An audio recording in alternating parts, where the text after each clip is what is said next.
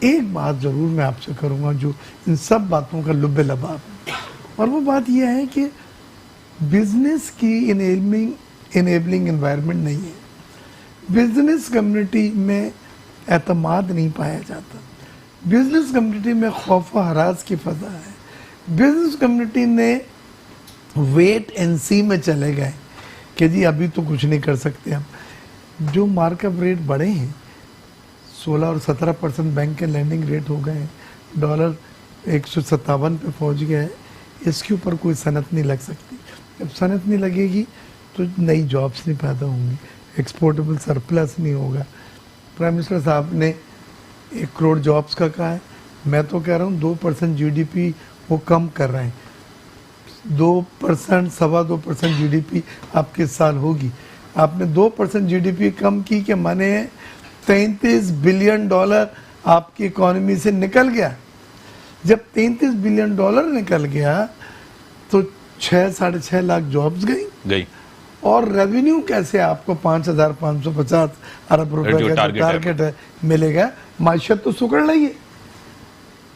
وہ تو 2% کم ہو گئی ہے بڑھنے کو. ہاں اگر پہلے 5% تھی اب 7% جی ڈی پی ہوتی تو بات سمجھ میں آتی ہے کہ معیشت پھیلی ہے اور اس کی وجہ سے ریونیو زیادہ ہوگا. تو یہی بات ہے. ابھی ریونیو شارٹ فال بھی ہے اور آئی ایم ایف کو جو ریویو ہوا ہے اس میں ریونیو کے اوپر ان کے کنسرن ہے. Current account fiscal deficit. Sir میں اس پہ آتا ہوں. میں سر آپ کے طرف آؤں گا. کیا وجہ ہے، کیا مسلطیں ہیں؟ کسی مفاہمت میں تلاش کی جا رہی ہے؟ بلاول صاحب ہوں یا شہباز شریف کنفیوز نظر آتے ہیں. کیا ڈر ہے، کیا خوف ہے، کس سے ڈر ہے؟ یاسین آزاد صاحب. ڈاکٹر صاحب نے معاشی صورتحال تو آپ کے سامنے بیان کی ہے. میں تو آپ کے پروگرام میں جب بھی آیا ہوں آج بھی ایک بات کہتا ہوں کہ کیا ہماری پاکستان کی سیاسی جماعتیں ہیں جو اپنے آپ کو یہ کہتی ہیں کہ وہ جمہوریت پہ بیلیو کرتی ہیں، قانون کی بالادستی پہ بیلیو کرتی ہیں، آئین کے پابندی کرنے کے لیے تیار ہیں. میں ان سے یعنی سوال کرتا ہوں یہ کہ کیا آج دن تک پاکستان کے اندر جتنی بھی سویلین حکومتیں آئی ہیں ان کو حکومت تو ملی ہے، اقتدار ملا ہے یا نہیں ملا، یہ ایک زیر بحث بات ہے. آج بھی جو صورتحال ہے میرے نزدیک، میں بالکل واضح الفاظ میں کہتا ہوں کہ ایک پولیٹیکل گورنمنٹ جس کے خلاف ہم بات کرتے ہیں اس کی حکومت تو ضرور ہے لیکن حکمرانی انہی لوگوں کی ہے جو پچھلے 70 سال سے کرتے ہوئے آئے ہیں. یعنی کہ عمران خان آزاد نہیں ہے. میں آزاد تو کسی کو بھی نہیں مان رہا. میں ایک بات پہلی دفعہ پاکستان کی سیاست میں ذوالفقار علی بھٹو صاحب نے اسٹیبلشمنٹ کے خلاف آواز اٹھائی. جو صورتحال نکلی وہ ہماری ان سیاسی جماعتوں کے سامنے ہے. سیکنڈ ٹائم یوسف رضا گیلانی کا جس طرح آپ نے گھر بھیجا، اس کے بعد میاں نواز شریف کا. لیکن میں آج ایک بات بالکل دعوے کے ساتھ کہتا ہوں کہ پاکستان کی سیاست میں پہلی دفعہ میں نے یہ بات دیکھی اور محسوس کی کہ اب کوئی لیڈر ایسا پیدا ہوا ہے جو اسٹیبلشمنٹ کی آنکھوں میں آنکھیں ڈال کر بات کر رہا ہے.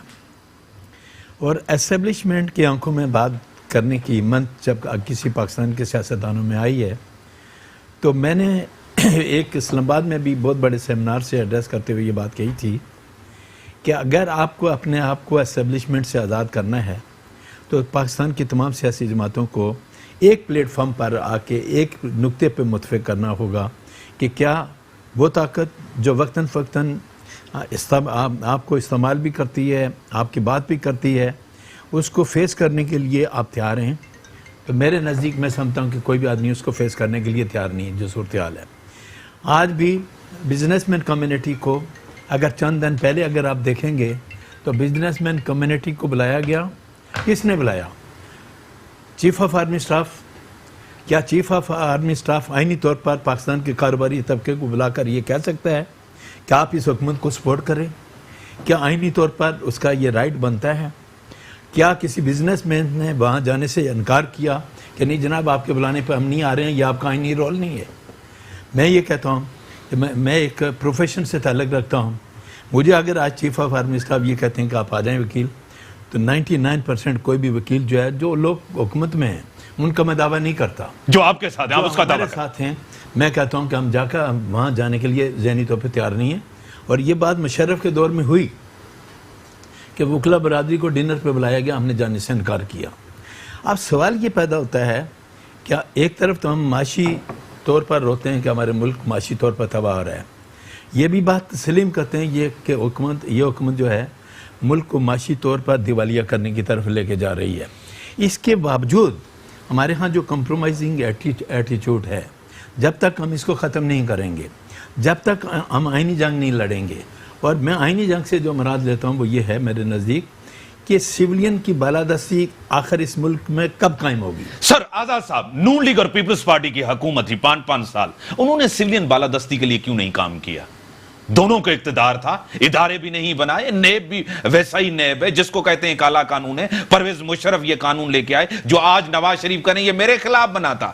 کیوں نہیں بہتری کی, کمپرومائز کیا, سودے بازی کی؟ میں اس کا جواب دیتا ہوں کہ پیپل پارٹی کی گورنمنٹ یوسف رضا گیلانی صاحب کی ہو یا میاں نواز شریف کی حکومت ہو, اس میں جس حساب سے آج نیب کو مس یوز کیا جا رہا ہے, ان دونوں دور حکومت میں نیب کو اس انداز میں مس یوز نہیں کیا گیا.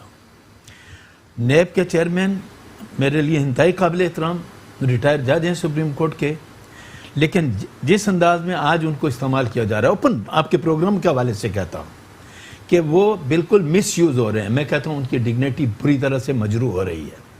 اور مس یوز کا آج آپ اس چیز سے اندازہ لگا لیں کہ ایک آدمی سزا بھگت رہا ہے جیل کے اندر, اور اس آدمی کو جا کے آج پھر ایک کیس میں آپ گرفتاری شو کر رہے ہیں. آپ کو کہیں ڈر ہے کہ کہیں اسلام آباد ہائی کورٹ اس کو بیل آؤٹ نہ کر دے, اور اس ڈر کی وجہ سے آپ نے وقت سے پہلے ہی ایک نئے کیس میں انوالو کر دیا. کل اگر اسلام آباد ہائی کورٹ کوئی بیل کا معاملہ کنسیڈر کر کے بیل آؤٹ بھی کرتا ہے, تو جب آپ نے دوسرے کیس میں گرفتاری شو کر دی تو میاں نواز شریف نے پھر بھی سر ایک پارٹی, دو بیانیے, دو نظریے. بھائی بھی نواز شریف کے ساتھ نہیں ہے. شہباز شریف دیکھیں, جب ایئرپورٹ پہ آئے تھے بھی بھائی نہیں پہنچا تھا, آج بھی بھائی کو کمر میں درد ہے. کیا وجہ ہے ایک پارٹی کے اندر, اس کا بھائی اس کے ساتھ نہیں؟ میں اس کا جواب دیتا ہوں کہ ہر سیاسی جماعت کے اندر ڈیفرنٹ پوائنٹ آف ویو رکھنے والے لوگ موجود ہیں. یہ پوائنٹ آف ویو ہے یا مفاہمت ہے یا کنسیشن کی تلاش ہے یا اسٹیبلشمنٹ کے قریب ہیں یہ لوگ؟ نقطہ نظر کا اختلاف ہے, لیکن اس کے باوجود آپ نے یہ دیکھا ہوگا کہ شہباز شریف نے یہ کہا کہ میرا نقطہ نظر اپنا ہے, شروع سے ہے, لیکن اس کے باوجود فائنل حکم میرے بھائی کا ہی ہوگا. یہ بات آ گئی, اور آج بڑے دھوم دھڑکے کے ساتھ جب آپ میاں نواز شریف کو گرفتار کر کے لے گئے اور آپ نے ریمانڈ لیا, انہوں نے کلیئر کٹ الفاظ میں کہا کہ ووٹ کے تقدس کی جنگ اب بھی جاری ہے, جاری رہے گی. تو اگر سر اس سچویشن میں جو پیپلز پارٹی کی قیادت بار بار کہہ رہی, اگر اس سچویشن میں, اس حالات میں سسٹم چلا جاتا ہے, اگر سسٹم نہیں رہتا, ذمہ دار کس کو سمجھیں گے؟ دیکھیں, سسٹم جانے کی بات میں آپ کو لے جاتا ہوں پھر پی این اے کی طریقے ماضی کے, نہیں پی این اے کا نہیں, کہ اسی آج کی جو حکومت ہے میں لوگ ہیں, کیا انہوں نے اس ملک کے اندر دھرنے کا ایک سسٹم کو نہیں کیا؟ کیا ایک پتہ نہیں کتنے دنوں تک اپنے اسلام آباد کو ہائی جیک کر کے رکھا؟ آج وہی حکومت جو اس وقت سب سے زیادہ اس سسٹم کو لپیٹنے کے چکر میں تھی. ہم کیوں بھول جاتے ہیں کہ رات کے 2-2:30 بجے اس وقت کے چیف آف آرمی سٹاف نے جب آپ کے طاہر القادری کو اور عمران خان کو بلایا, اور رات کے 2-2:30 بجے جس خوشی کا جشن بناتے ہوئے وہ چیف منسٹر یعنی چیف آف آرمی سٹاف کے پاس گئے, یوں لگ رہا تھا کہ یہ دونوں آدمی پریزیوم کر رہے ہیں کہ آج ان کو اقتدار ملنے والا ہے. اس حالت میں وہ گئے. اس حالت میں جانے کا مطلب کیا ہوا کہ آپ جو چیزیں آپ یہ کہہ رہے ہیں, میں پھر وہی کہتا ہوں کہ آخر یہ جو ہماری پاکستان کی سیاسی جماعتیں ہیں, یہ کب طے کریں گی اس بات کا کہ یہاں سیولین کی بالادستی ہونی چاہیے یا اسٹیبلشمنٹ کی حکومت ہونی چاہیے؟ ٹھیک ہے سر نے کہا کہ سویلین بالادستی ہونی چاہیے. آج ملک کے اندر اکانومی آپ کے سامنے, سیاست, لوگ جیلوں کے اندر ہے. جس طرح چیئرمین نیب کی بات کی انہوں نے, وکٹمائزیشن ہے, 2 پارٹیاں, پولیٹیکل پارٹی, نون لیگ, پیپلز پارٹی ٹارگیٹ ہو رہی. آپ کا بھی موقف, ان کا بھی موقف, سب کا موقف. مہنگائی, بے روزگاری اپنے عروج پر ہے, پھر بھی پولیٹیکل پارٹیاں باہر نہیں نکلی. کس چیز کے لیے انتظار ہو رہا ہے سر؟ دیکھیں, پہلی چیز تو یہ ہے کہ بزنس کمیونٹی جو federation of Pakistan chamber of commerce جو اپیکس باڈی ہے پورے پاکستان کی بزنس کمیونٹی, ہم نے ہمیشہ یہ کہا کہ ہم حکومت کو عمران خان کی ٹائم دینا چاہتے ہیں. ہم نے ٹائم دیا. ہم نے کہیں پہ شٹر اسٹرائک کی بات نہیں کی, کہیں ان ٹریڈرز کو سپورٹ نہیں کیا جو شٹر ڈاؤن کی بات کر رہے تھے. ہم نے ڈاکومنٹیشن اکانومی پہ بھی حکومت کا ساتھ دیا, ٹیکسز نیو لگائے گئے, ڈیوٹیاں بڑھائی گئیں. ہم نے یہ سوچ کے کہ یہ ملک اس وقت بے شمار چیلنجز میں اس کو سامنا ہے, ہم نے حکومت کا ساتھ دیا, ہم نے حکومت کو سپورٹ کیا. میں نے خود اپنا عمران خان صاحب کے ساتھ 3-4 میٹنگیں کی ہیں, ڈاکٹر حفیظ شیخ اور رزاق داؤد صاحب کے ساتھ 6 میٹنگیں کی. سر میں بریک کے بعد سر میں آتا ہوں, بریک کے بعد میں اختیار بیگ صاحب کو وہ اپنی بات کمپلیٹ کریں گے کہ انہوں نے ملاقاتیں کی, ان ملاقاتوں سے کیا نکلا. بریک کے بعد ویلکم بیک. ہاں سر, ملاقاتیں آپ کی سب کے ساتھ. ہم نے ان کو بتلایا کہ دیکھیں ایکسپورٹرز کے ریفنڈ ہیں 200-250 ارب روپے کے 4 سال کے, ہر بار آپ وعدہ کرتے ہیں وہ نہیں دیے, لوگوں کی لیکوڈیٹی ختم ہو گئی ہے. خدارا آپ نے بجلی قیمتیں ہر مہینے بڑھ رہی ہیں, گیس کی قیمتیں ہر مہینے بڑھ رہی ہیں, ہماری صنعت مقابلتی سخت نہیں رہی ہے, ایکسپورٹ 50% ڈیویلیوشن کے بعد نہیں بڑھ سکی. تو ہم نے ان کو یہی کہا کہ دیکھیں معاشیت صحیح سمت نہیں جا رہی, یہ کلیپس ہوگا اور اس سے ایک بحران پیدا ہوگا, لہٰذا ضروری اس بات کی ہے کہ آپ اپنی معاشی ٹیم کو درست کریں. لیکن ہمارے کسی وعدے ضرور کیے گئے لیکن ایک وعدہ بھی پورا نہیں کیا گیا. اس بار جو بزنس کمیونٹی گئی تھی, میں درست کر دوں کہ ایک سیمینار تھا GHQ میں, ڈنر کے بعد بزنس کمیونٹی کے جو بڑے بڑے لوگ تھے انہوں نے اس ڈنر کے بعد آرمی چیف نے ان کو بلا کے کانفیڈنس بلڈنگ میجرز کے لیے کہا کہ آپ گھبرائیں نہیں, حالات صحیح ہو جائیں گی, چیزیں صحیح سمت میں جا رہی ہیں, تاکہ لوگوں کا مورل. لیکن شکایات بھی تو کی گئی نا نیب کے حوالے سے, حکومت کے حوالے سے. لوگوں نے بالکل کی, کیونکہ وہ لوگ پریشان تھے اور ہم بھی پریشان ہیں, صنعتیں بند ہو رہی ہیں. آج ٹویوٹا, ہونڈا اور سوزوکی گاڑی کی پروڈکشن 55% کم ہو چکی ہے. وہ گاڑیاں جو 3-3 لاکھ روپے پریمیم پہ بکتی تھیں, اس کا آج یارڈ بھرے ہوئے ہیں, کوئی چھونے کے لیے تیار نہیں ہے. ٹویوٹا 3 دن بند کرتی ہے, 3 دن چلاتی ہے. ہونڈا ایٹلس نے 20,000 آدمیوں کو نکال دیا ہے. یہ سچویشن میں پہلے کبھی نہیں دیکھی تھی, یہ اب ہم نے دیکھی. ڈیمانڈ ہی نہیں ہے. کیوں نہیں ہے ڈیمانڈ؟ جو چیز بن رہی ہے وہ اتنی مہنگی ہے کہ آپ افورڈ نہیں کرتے. مہنگی کیوں ہے؟ مہنگی ڈالر آپ نے ڈیویلیوشن 50% کر دیا, قیمتیں یوٹیلیٹیز کی آپ بڑھاتے چلے جا رہے ہیں. ٹیکسز وصول کرنے کا آپ کو جو ایک فوبیا ہو گیا ہے, ہر چیز میں نچوڑ کے ٹیکس لے لیں.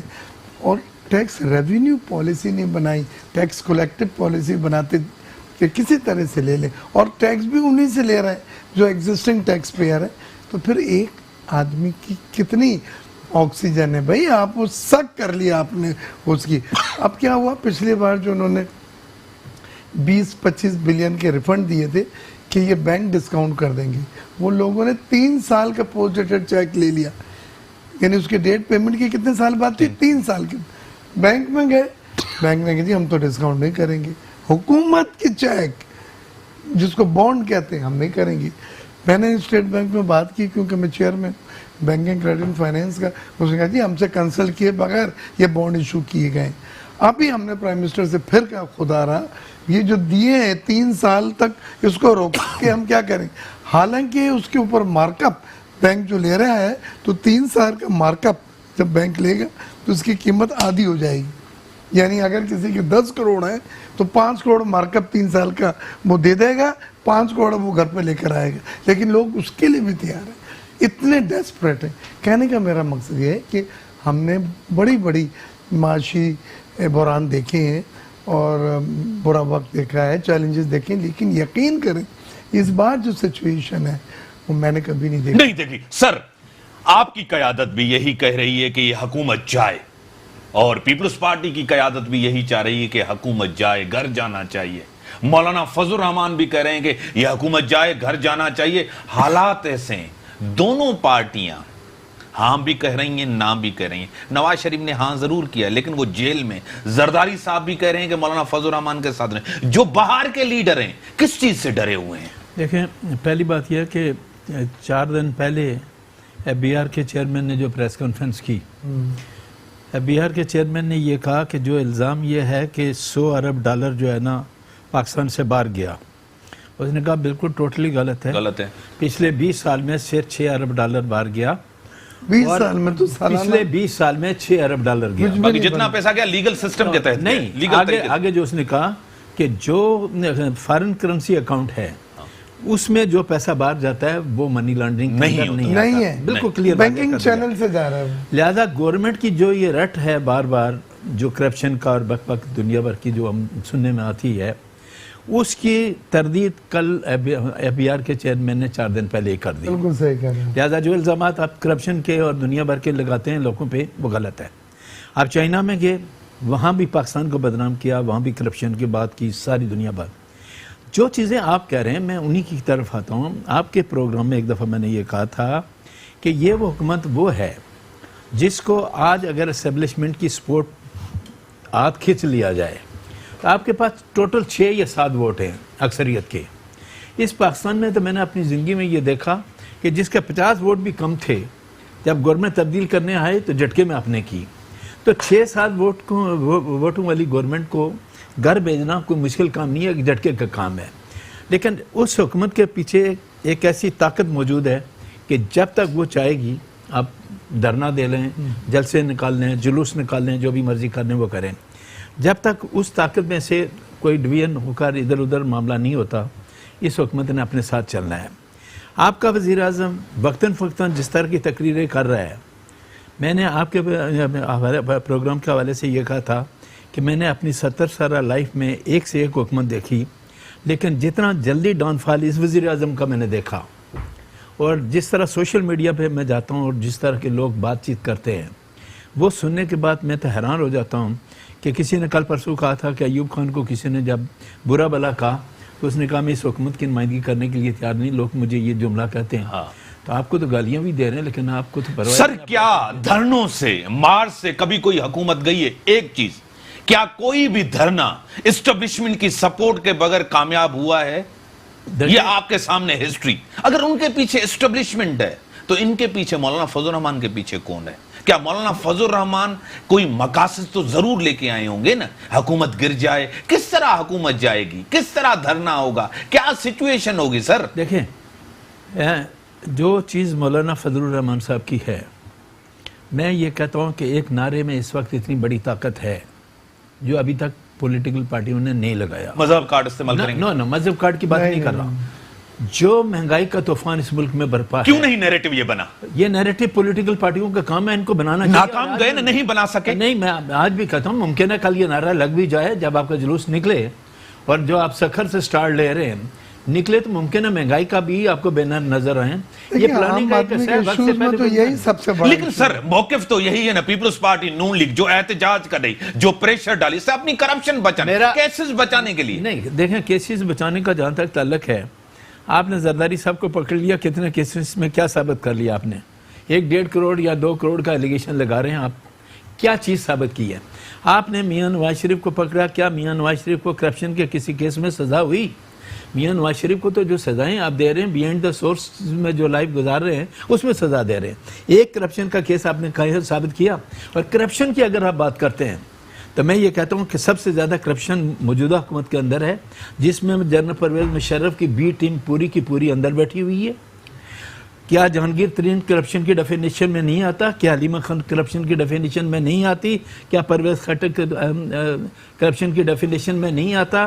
کیا KPK کا چیف منسٹر جس کو نیب نے بلایا اور وہ باہر نکلا, اور باہر نکلتے ہی اس نے یہ بات کہی ہے محمود خان نے کہ نیب نے مجھے بلا لیا, آج کے بعد مجھے نہیں بلائے گا. عالم جبا کے کیس میں آپ نے کیا کیا؟ پشاور کا جو BRT پروگرام ہے جس کو 22 ارب سے 70 ارب, یہ نیب کے چیئرمین کو یہ چیزیں نظر نہیں آ رہی ہیں کیا؟ اور نیب کے چیئرمین کا کیا یہ خود سٹیٹمنٹ نہیں ہے کہ اگر میں موجودہ حکومت کے خلاف کارروائی شروع کر دوں تو PTI کی گورنمنٹ چند دن بھی نہیں چل سکتی, یہ جلدی گر جائے گی؟ یہ کیا نہیں اس کا اعتراف کیا؟ نیب کے چیئرمین نے تو اس دن سے کمپرومائز کر لیا جس طرح سے وہ سکینڈل بنا خاتون ویڈیو والا, والا. اور اس کے بعد ویڈیو کے بعد آپ کو پی ٹی آئی کی گورنمنٹ نظر ہی نہیں آ رہی, آپ کو تو نون نظر آئی یا پیپل پارٹی. ٹھیک ہے سر, قربانی کا بکرا بنا رہے ہیں مولانا فضل الرحمان کو. زرداری صاحب ہو یا نواز شریف صاحب ہو, ان کو آگے کر کے اپنے کیسز, اپنی چیزیں پشت پہ کھڑے ہیں بھی صحیح, نہیں بھی کھڑے پیپلز پارٹی. اگر وہ اسلام آباد میں داخل ہو جاتے ہیں, پیپلز پارٹی کھڑی ہوگی پشت پہ. پہلی چیز تو یہ ہے کہ مولانا فضل الرحمان صاحب has nothing to lose. ان کی کسی صوبے میں نہ حکومت ہے, نہ ان کی کوئی ایسا اسٹیک ہے کہ وہ اگر خدا نہ خواستہ ناکام ہوتے ہیں یا کوئی کلیش ہوتا ہے تو وہ چیز جا سکتی ہے یا نقصان ہو سکتا ہے. ان کو ایک کال انہوں نے دی ہے جو ان کی ایک سیاسی لائف سروائیول ہے, سمجھ لیجئے. یعنی کہ اقتدار میں نہیں ہے. اقتدار میں آپ نہیں ہے. اتنی حد تک جائیں گے لہٰذا پیپلز ان پارٹی, کو- آپ کا سندھ میں اندر اقتدار ہے, آپ گوائیں گے, اکرا ہماری پریشر دیں گے. پوزیشن ڈیفرنٹ ہے. ہاں, ہم صوبے میں پوری حکومت کر رہے ہیں, ہمارا اسٹیک ہے پارلیمنٹ میں, صوبائی بھی, لیکن خطرہ تو سندھ گورنمنٹ کو بھی ہے. صحیح ہے نا. دیکھیں, ہم یہ کہتے ہیں کہ مولانا صاحب کے کچھ ایشوز کے اوپر ہم ان کے ساتھ, اگر وہ مہنگائی کا جیسے ابھی کہا آزاد بھائی نے نعرہ ڈالتے, میں سب سے آگے ہوں, کیونکہ مجھے پتا ہے کہ آج کل لوگ ایک مہینے بجلی کا بل پے کرتے ہیں, دوسرے مہینے فیس پے کرتے ہیں, دونوں ایک ساتھ نہیں کر پا رہا. یہ وائٹ کالر والوں کی, اور میں جانتا ہوں جن کی بات ہے, تو ہم بالکل ان کے ساتھ ہیں. اگر وہ یہ کہتے ہیں معاشیت ٹھپ ہے, ہم ان کے ساتھ ہیں. اگر وہ کہتے ہیں بے روزگاری میں اضافہ ہے, ہم ان کے ساتھ ہیں. اگر وہ یہ کہتے ہیں کہ معاشی ٹیم صحیح کارکردگی نہیں کر سکی, ٹیکسز ریونیو میں انہوں نے بیڑا غرق کر دیا, ان کے ساتھ. کیا موقف ان کا صحیح نہیں ہے جس کو آپ نہیں مانتے؟ یہ سب چیزیں. ہاں, دھرنا جو ہے, دھرنے کو ہم یہ سمجھتے ہیں کہ ملک افورڈ نہیں کرتا. بے نظیر صاحبہ نے بھی دھرنا دیا تھا سر, دھرنا دیا تھا سر, یاد نہیں ہے آپ کو؟ عمران خان نے نہیں دیا. ہاں, عمران خان نے بھی دھرنا دیا تھا سر. کیوں دھرنے سے بھاگ رہے ہیں؟ بھاگ نہیں رہے. دھرنے سے کیا خطرہ ہے؟ اس وقت معاشرت اتنی بری حالت میں نہیں تھی جتنی اس وقت معاشرت بری حالت میں. آپ ایک مر رہا ہے اور اس کے منہ سے وینٹیلیٹر آپ نکالنے کی بات نہ کرو. اس وقت اس کو تو کم از کم اتنا آکسیجن دو کہ وہ زندہ رہے. اس وقت معاشرت مر چکی ہے, وہ مر رہی ہے. آپ دھرنا اور یہ سب چیزوں سے وینٹیلیٹر سے وہ نالی نکال رہے ہیں, جو میں کم از کم ایڈوائز نہیں کروں گا کہ یہ صحیح اسٹریٹجی یا صحیح موقع ہے. ٹھیک ہے سر, اگر دھرنا ناکام ہوتا ہے, حکومت کو نئی زندگی مل جائے گی. ایک چیز, آپ کی سینیٹ کے اندر اکثریت تھی, آپ کے پاس ووٹ تھے, آپ ایک چیئرمین سینیٹ نہیں ہٹا سکے. آپ کی ناکامی ہوئی, نون لیگ اور پیپلز پارٹی کی. آج تک پتہ نہیں ہے کس نے ووٹ وہاں بیچا, ضمیر بیچا, کس طرح ہوا, کیا ہوا, اسٹیبلشمنٹ نے کیا کھیل کھیلا, آپ کو پتہ ہے. آپ اتنی بڑی حکومت دھرنے سے گرا دیں گے اور دھرنا کامیاب جائے گا. اگر ناکام گیا تو اپوزیشن کی کیا صورتحال ہوگی؟ دھرنا تو عمران خان کا بھی ناکامیاب گیا تھا تو گورنمنٹ تو نیچے نہیں گر گئی تھی نا. اگر یہ سوچ کے کوئی آدمی مومنٹ کو آگے بڑھاتا ہے کہ کل میں پتہ نہیں مجھے کامیابی ہوگی یا نہیں ہوگی, تو پھر کوئی مومنٹ چل نہیں سکتی. مومنٹ کی کوشش کی جاتی ہے بہتری کے لیے. مولانا فضل الرحمان کو اس بات کا اس وقت کریڈٹ جاتا ہے کہ مشکل حالات میں وہ تمام پولیٹیکل پارٹیز کو کسی حد تک ساتھ لے کے چلنے کی کوشش کر رہا ہے. یہی وجہ ہے کہ اے پی سی بلائی گئی, تمام سیاسی جماعتوں کی ایک کمیٹی بھی بنائی گئی. اب یہ بہت سارے معاملات جو تھے اس کمیٹی کو آپس میں بیٹھ کے طے کر لینے چاہیے تھے. میں یہ سمجھتا ہوں کہ مولانا نے اگر کوئی سٹیپ اٹھایا تو جس سول بالادستی کی میں بات کر رہا ہوں, میں کہتا ہوں کہ مولانا بھی یہ سمجھتا ہے کہ حکومت کن لوگوں کے ہاتھ میں ہے, اور وہ بھی اس ملک میں جمہوری سسٹم کی بحالی کی بات کرتا ہے. آپ مجھے یہ بتا دیں کہ پاکستان کا وہ کون سا ادارہ ہے جو اس وقت رائٹ ڈائریکشن میں کام کر رہا ہے, تباہی و بربادی کے دانے پہ نہیں کھڑا؟ ایک ادارے کا نام مجھے بتا دیں, اور اس ادارے کو اگر میں اسٹیبلشمنٹ کا ادارہ بھی کہوں تو میں کہتا ہوں وہ بھی تباہی و بربادی کی طرف لے کے جا رہا ہے پاکستان کو. اب جس طرح ڈاکٹر صاحب نے کہا کہ پاکستان کو تباہی بربادی کی طرف لے جانے والے کون لوگ ہیں؟ وہی لوگ ہیں جو اپنی مرضی سے لوگوں کو اقتدار میں بھی حکومت میں بھی لے کے آتے ہیں. اقتدار کا جملہ میں استعمال نہیں کرتا. اب سوال یہ پیدا ہوتا ہے کہ عمران خان کیا الیکشن جیت کے آیا؟ آپ کے ڈپٹی سپیکر کا 60,000 کے قریب ووٹ نکلا, پاؤں کے انگوٹھے نکلے, پاؤں کے انگوٹھے سے وہ جیت کے آیا. اس سے بڑی دھاندلی کون سی ہو سکتی ہے؟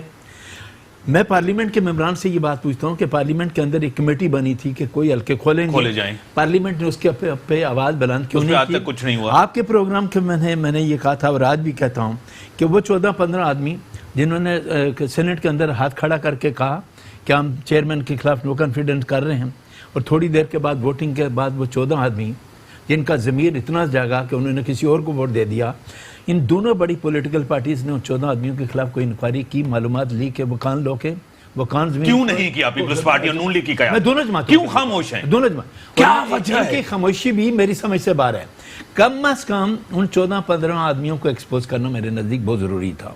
میں اوپنلی اگر نہیں کرتے تو اور نہیں کرتے اس کا مطلب ہے کہ ان پارٹیوں نے بھی وہ جو ضمیر فروش تھے ان کو پتہ ہے کہ یہ لوگ ضمیر فروش تھے، اس کے باوجود ان کے خلاف کارروائی نہیں کی. میں کہتا ہوں یہ غلط. سر آپ کہہ رہے ہیں عمران خان اسٹیبلشمنٹ کے سپورٹ کے ساتھ اقتدار میں، ٹھیک ہے میں نے مان لیا. پیپلز پارٹی اور نون لیگ ہمیشہ اقتدار میں آتی تھیں، ہمیشہ استعمال ہوتی تھیں ایک دوسرے کے خلاف اسٹیبلشمنٹ کے ہاتھوں، چاہے نواز شریف کا دور ہو، چاہے بی بی کا دور ہو، سب کچھ ہو. کبھی انہوں نے عوام سے معافی مانگی ہے کہ ہم نے کیا کیا نہیں غلطیاں کی؟ معافی مانگنے کا جہاں تک کنسیپٹ ہے، میں آپ کو ایک بات بتا دوں کہ پاکستان کے اندر جب یہ انتخابات ہوئے 6 ارب 7 ارب روپیہ خرچ ہوا. یہ الیکشن 2018 کا واحد الیکشن تھا جس میں آپ نے 22 ارب روپیہ خرچ کیا، ایک سسٹم کو اڈاپٹ کیا. کراچی میں پہلی دفعہ میں نے دیکھا کہ 3 دن کے بعد جا کے اسمبلی کا رزلٹ آیا. آپ بھی اتنے عرصے سے رہے نا، میں نے ایک سے ایک الیکشن دیکھا، ایوب خان کا الیکشن بھی دیکھا، سارے الیکشن. میں نے کراچی میں ہمیشہ رات کے 12-1 بجے تک سارے رزلٹ معلوم کیے. یہ واحد 2018 کا الیکشن تھا جس میں آپ نے 3 دن کا، ایون لیاری کا میرے خیال میں 2 یا 3 دن کے بعد رزلٹ دیا. اس بات کی تصدیق ہو جاتی ہے. میں آپ کو بتاؤں، میں آج اوپنلی آپ کے پروگرام کے حوالے سے کہتا ہوں کہ 6 بجے کے قریب جب لوگوں نے دروازے بند کیے، پولنگ ایجنٹوں کو باہر نکالا گیا بعض علاقوں میں جہاں اپنی مرضی کے لوگوں کو لانا تھا، اور کس طرح سے مورے لگائی گئی. سوشل میڈیا بھی اس وقت چیخا. کیا کسی آدمی نے اس کی انویسٹیگیشن کی کہ یہ تمام حالات؟ تو میں یہ کہتا ہوں کہ 2018 کا الیکشن جو تھا، اس سے پہلے پھر میرے نزدیک سب سے زیادہ فیئر الیکشن جو ہے نا، اس پاکستان کے ڈاؤن فال کے بعد جو 1971 کا الیکشن ہوا تھا نا، وہ سب سے فیئر، یعنی ڈاؤن فال سے پہلے جو الیکشن ہوا تھا فیئر الیکشن یحییٰ خان نے کہا. لیکن اس وقت ہم نے کیا غلطی کی؟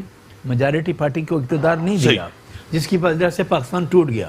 میں آج بھی کہتا ہوں کہ اگر اس وقت مجیب الرحمان کو اقتدار دے دیتے پاکستان نہیں ٹوٹتا. میرا اپنا ذاتی موقف ہے، کیونکہ اکثریتی جماعت اس کی تھی. غلطیاں ہماری ہیں، ہم مانتے ہیں، تسلیم کرتے ہیں.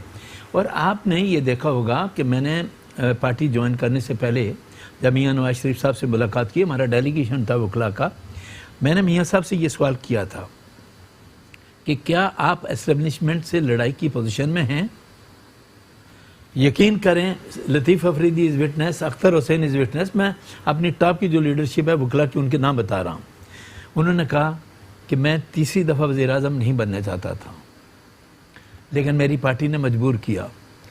میں نے ایک سابق چیف آف آرمی اسٹاف کے متعلق انہوں نے یہ بات کی، اور اوپنلی بتا رہا ہوں کہ جب مجھے لوگوں نے کہا کہ اس کی ایکسٹینشن ہونی چاہیے، میری پارٹی کے لوگ بھی ایکسٹینشن چاہتے تھے، اور انہوں نے کہا مجھ پہ اتنا پریشر پڑا، میں بھی ایکسٹینشن کے حق میں کسی حد تک چلا گیا. اسی چیف آف آرمی اسٹاف نے آ کے مجھے کہا کہ میں فیلڈ مارشل بھی بننا چاہتا ہوں. تو میں نے کہا آئین بتا دیں کہاں گنجائش ہے فیلڈ مارشل بنانے کا. ایکسٹینشن نہیں ملی نا، چیف آف آرمی اسٹاف کو ایکسٹینشن ملی یا یوسف رضا گیلانی صاحب نے دی یا عمران خان نے دی، اور عمران خان نے تو 4 مہینے پہلے دے دی. ٹھیک ہے سر، کیا آپ کو لگ رہا ہے کہ بھائی اینٹی اسٹیبلشمنٹ تو ہو گیا ہے نواز شریف، کیا شہباز شریف اینٹی اسٹیبلشمنٹ ہے؟ میں بریک کے بعد، ناظرین بریک کا ٹائم ہوگا، بریک کے بعد آتا ہوں، اس کو بدری ڈسکشن کریں گے. Welcome back. سر نواز شریف صاحب ظاہر کر رہے ہیں اپنی وہ جو ہے اینٹی اسٹیبلشمنٹ ہے، کیا اس کا بھائی وہ تو پرو اسٹیبلشمنٹ؟ سر دیکھیں یہ جو جملہ ہے نا پرو اسٹیبلشمنٹ کا، میں اس سے ایگری نہیں کرتا. پوائنٹ آف ویو میں شہباز شریف نہیں ہے سر، نہیں سنیں نا، اس کا گروپ نہیں ہے سر، میں جواب دیتا وہ خاموش کیوں ہوتے؟ دیکھیں شہباز شریف شروع سے ہیڈ آن پالیسی وہ نہیں چاہتے تھے، اور وہ کنٹروورشل نہیں بننا چاہتے تھے. وہ میلو ذرا ٹھنڈے ہاتھ سے لے کے چلنا وہ کہتے تھے ہمیشہ اقتدار میں رہا جائے. جبکہ نواز شریف صاحب اور مریم جو تھی ان کی ہیڈ آن پالیسی تھی، ایگریسو پالیسی تھی، تو اداروں کے خلاف بھی. تو یہ ایک بڑا واضح فرق تھا.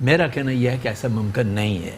اس بندے کو معاشی صورتحال کا اندازہ ہی نہیں ہے. سعد بھائی ہم نے کہا فیڈریشن کے معاشی ٹیم بدلیں, وہ کبھی نہیں بدلے ضرورت تھی ہمارے میں, وہ کبھی نہیں بدلے. یہ ابھی آپ کو پتا پریس کانفرنس میں نے فیڈریشن کے صدر اسم منیر ہم سب نے وہ کہا کبھی بدلی نہیں کرے گا.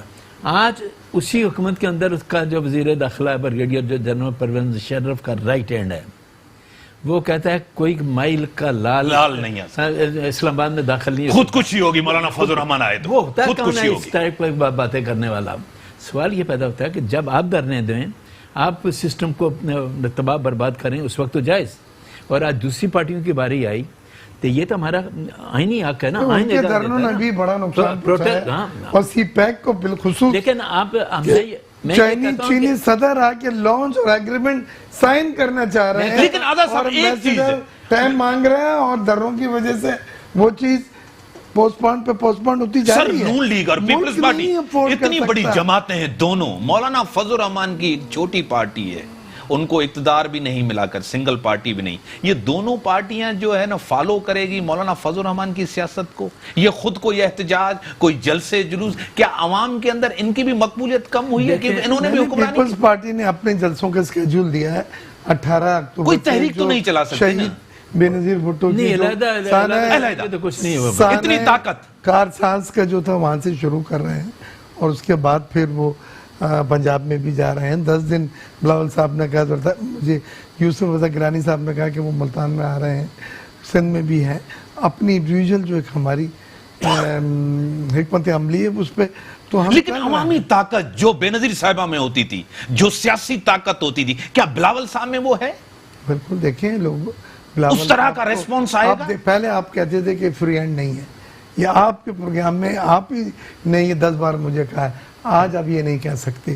ان کو فری ہینڈ بھی دیا ہے, ان کو پورا موقع بھی دیا ہے. وہ پارٹی خود سے چلا رہے ہیں, کمپین خود سے چلا رہے ہیں, فیصلے کر رہے ہیں.